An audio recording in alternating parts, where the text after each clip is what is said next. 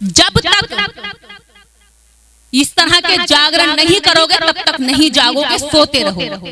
जागरण का मतलब वो नहीं होता है कि एक लड़की यहाँ खड़ी होकर के मैया के गीत गा रही है और देवी के भजन गा रही है, आरती गा रही है और तुम ताली बजा रहे हो। जागरण नहीं है मेरे भाई बहनों, गलतफहमी में जी रहे हो।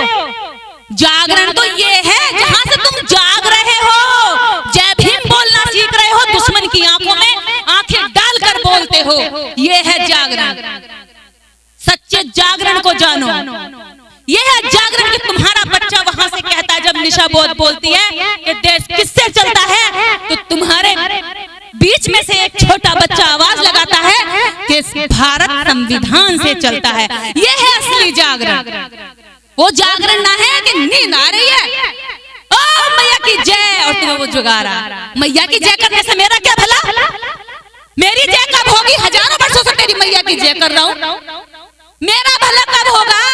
मेरा बच्चा कब पढ़ेगा? मेरा बच्चा कब बाबूजी बन के घूमेगा या फटे चित्रों में या नाली साफ करता रहेगा? मेरी जय कब होगी? मेरी जय जयकार कौन करेगा? आज हम हैं, निशा है, ये बहन जी हैं और बेटियां हैं। बहन तुम्हारी मायावती है, मुझे बता दो तुम्हारे समाज के अलावा अगर उनकी कोई और जय करता हो तो करता है क्या? है? नहीं करता। करेगा तो लालच में करेगा, करेगा तो लालच में करेगा, करेगा तो स्वार्थ में करेगा। लेकिन तुम उनकी देवियों के, उनकी 33 करोड़ों की बिना लालच के अपनी जिंदगी, अपना बुढ़ापा, अपने पूरी पीढ़ियों को गवाए फिर रहे हो। तुम उनकी जय करके तुम्हारा क्या भला हुआ? मुझे बता दो, कोई भला होके आता हो तो? एक बाबा देश के अंदर हजारों बाबा, किसी ने ये कहा हो कि अपने बच्चों को पढ़ाओ? किसी बाबा से सुना है क्या कभी? एक देवी ने कभी ये कहा हो कि बेटा स्कूल खुलवा दो? किसी अवतार ने कभी ये कहा हो कि औरतों पर रेप और बलात्कार की घटनाएं होती हैं, कड़ा कानून बनवा दो? रेप की घटनाएं हमेशा हमारे लोगों के साथ क्यों होती है, हमारी महिलाओं के साथ क्यों होती है? बताओ क्यों होती हैं? कारण है इसका, पता है क्यों? क्योंकि तुम अपने समाज में ना निर्दोष जैसी बेटियां पैदा नहीं करते। मेरे सामने आए बलात्कारी, वहां से काटूंगी तो कई पीढ़ियों तक तो वो संतान न पैदा कर पाएगा। क्यों नहीं करते अपनी बेटियों को तैयार? तुम उन्हें नाजुक बना के रखते हो, उन्हें कायर बना के रखते हो, फूल बना के रखते हो, कोई भी देख ले तो मुरझा जाए, कुमला जाए। क्यों नहीं बनाते ऐसा खूंखार? क्या तभी फूलन बनाओगे जब उसे नंगा घुमाया जाएगा कुएं पर? क्या उससे पहले तैयार नहीं करनी है तुम्हें अपनी बच्चियां? अपनी बच्चियों को तैयार करना सीखो, उनकी लड़कियों से ट्रेनिंग लो।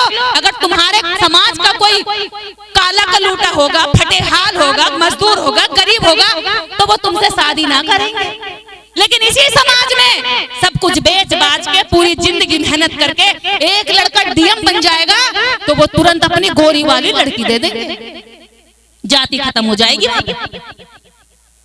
देते हैं और वो ये वाली ना काली वाली को पीछे रखे, पहले गोरी वाली दे, इसको तो नहीं कर देंगे अपनी बिरादरी में कहीं। पहले इस समाज का जो एक आईएएस बना उसको ले लो, इस समाज में जो डॉक्टर बना माँ बाप से भी पीछे छुड़वा देंगे, उन्हें भी कह देंगे, ऐसा बना देंगे। अगर जाएंगे तो वो बच्चा यूं कहेगा, वो लड़का भी, कि मेरे माँ बाप ना गाँव से कोई नौकर आए हुए। यह है तुम्हारी सच्चाई।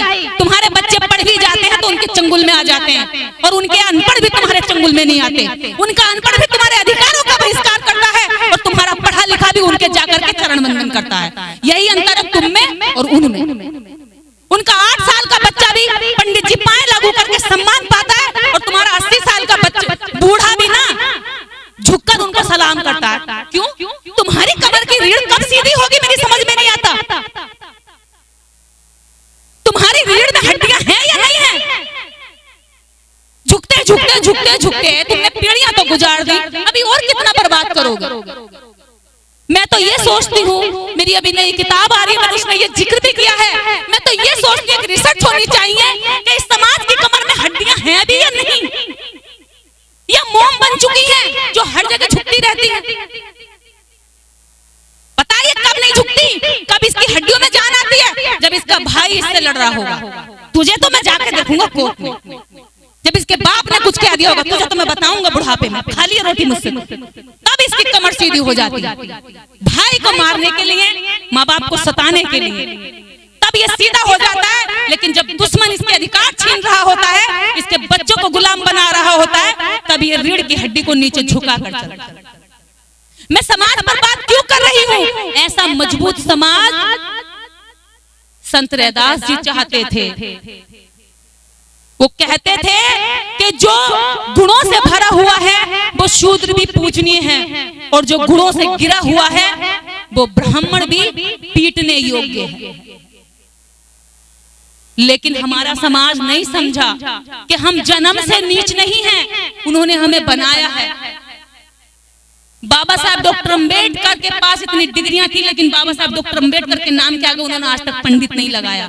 लेकिन जब हम कहते हैं कि पंडितों ने जाति बना के देश बर्बाद किया, तो वो कहते हैं कि पंडित कोई जाति ना है, पंडित तो वो है जो ज्यादा पढ़ जाता है, उसे पंडित कहते हैं। तो बाबा साहब को क्यों पंडित नहीं कहा? काशीराम साहब को क्यों पंडित नहीं कहा? नहीं कहा ना? आप कितने भी काबिल हो जाना, जब इस देश के राष्ट्रपति द्रौपदी मुर्मू जी मंदिर में नहीं घुस सकती, तो इस देश का गरीब दलित गांव में रहने वाला कैसे मंदिरों से सम्मान पाने वाला? जिन जगहों से हमारी पिटाई कुटाई छिटाई होती है, उन जगहों पे हम क्यों जाएं? वही बात मैंने शुरू में कही थी कि इतना झुको, जब तुम्हारे समाज के अधिकार मिल रहे हो। मैं यहाँ झुकने को तैयार हूँ, मैं यहाँ नीचे बैठ जाऊंगी। अगर मंच पर जगह नहीं मिलेगी मुझे, तो मैं यहाँ नीचे बैठ जाऊंगी, क्योंकि इसमें मेरे समाज का हित है। ये मेरे नीचे बैठने से अगर मेरे समाज का भला होता तो मैं नीचे बैठ जाऊंगी। अगर इस समाज में यहाँ झाड़ू लगाने से मेरे समाज का भला होता तो मैं यहाँ झाड़ू लगा दूंगी। अगर इस मंच से मेरे बोलने से मेरे समाज का भला होता तो मैं सारा दिन बोल सकती हूँ। लेकिन मेरे समाज का भला तो होना चाहिए। मेरी अकेली कोशिश से कुछ नहीं होगा, मेरा समाज को भी तो एक चाहत रखनी चाहिए। काशीराम साहब कहते थे कि कोई भी लड़ाई किसी भी न धन से, न दौलत से, न तीर से, न तलवार से, न बारूद से, न गोली से लड़ी जाती है। कोई भी लड़ाई चाहत से लड़ी जाती है। जिसमें चाहत होगी ना, वो सब कुछ पाले। और काशीराम साहब के पास चाहत थी। वो चाहत जिन्होंने कहा कि अरे रिक्शा चलाने वाले, चल तू भी सांसद बनेगा। ए जूता काटने वाले मोची, चल तू भी एमएलए बनेगा। और सब्जी बेचने वाले, रेड़ी चलाने वाले, चल आजा, तुझे भी राज्यसभा सांसद बनाता हूँ, चल आजा, तू भी नेता बनेगा। तू वोट देता आया है, अब तू वोट मांगी, चल तू भी फटे छतरे पहनने वाले, खादी का सूट फूट पहनकर वोट मांगी। ये विश्वास उन्होंने आपको दिया, किस वजह से दिया? धन की वजह से। बहुत अमीर आदमी थे क्या वो तो खुद हमसे लेते थे एक रुपया मांगते थे। लेकिन एक रुपया देकर जो हमें विचार दिया, उसी की ताकत है कि जो मैं आज मंच पर बोल पा रही हूँ। शायद मैं ये नहीं कर पाती। ये हमें समझना होगा। हमारा अच्छा समाज बनाने के लिए हमारे बहुत सारे महापुरुष हमें साथ में काम करके इससे चले गए। रैदास आए, कबीरदास आए, ज्योतिबा फूले आए, सावित्रीबाई फूले आए, साहू जी महाराज आए, बाबा साहेब आए। तुमने सब मिट्टी में मिला दिया, पर यह समाज नहीं उठा। बड़ा दमदार समाज है कि सबको दफन कर देता, पर यह अपने आप को नहीं उठाता। हैरानी है इस बात की। और तभी दुश्मन जानता भी है इनकी क्वालिटी, कि ये अपने की बात नहीं मानेगा, और दुश्मन आके दो कान में कह देगा कि पागल है, भौंक रही है, तुम कहाँ इसके चक्कर में लग रहे हो, तो ये उधर को चल देगा। और जिसने कार्यक्रम लगवाया बेचारा वो खाली हाथ बैठा देखेगा, मेरा लोग कहाँ गए। और ये एकदम से दुश्मन की बात मानता। जाओ तुम वहां चले जाओ, तुम्हारे दुख मिट जाएंगे। तुरंत जाएगा सारा झोला उठा करके। हाथ में पैसा नहीं भी होगा तो कर्जा ले लेगा, अनाज बेच देगा, लेकिन जाएगा जरूर, क्योंकि उसे ये बता दिया गया है कि वहां की यात्रा करने से दुख मिट जाते हैं। अरे दुख वहां से नहीं मिटेंगे, दुख मिटेंगे तुम्हारे बच्चों के पढ़ने से, दुख मिटेंगे तुम्हें नौकरी करने से, दुख मिटेंगे तुम्हें व्यापार करने से। तुम्हारे पास दुकानें होनी चाहिए, जमीन होनी चाहिए। जिसके पास जमीन होती है उस पर जोर होता है, जिस पे दुकानें होती हैं वो अपनी रोज की रोटी कमा सकता है। मजदूरी तुम्हारी सदियों से चल रही है, और पहले तुम गुलामी में रस्सियों में बांध के मजदूर बनाए जाते थे। आज तुम दिमाग से मजदूर हो, दिमाग से, इतने बड़े दिमाग से मजदूर हो। अगर वो कहेंगे कि एक दिन थाली बजेगी तो तुम सारे निकल के थाली बजा दोगे। अगर वो कहेंगे कि इस दिन दिए जलेंगे तो तुम सब दिए जला दो। अभी 22 जनवरी को इस देश के दलितों ने भी दिए जलाए। बड़ी हैरानी हुई मुझे। राम आएंगे और हम दिए जलाएंगे। राम आएंगे तो हमारे बच्चों के लिए किताबें लाएंगे क्या? राम आएंगे तो हमारे लोगों के जो सूखे निवाले उनके लिए सब्जी लाएंगे क्या? लाएंगे क्या? आ गई क्या किसी के घर में?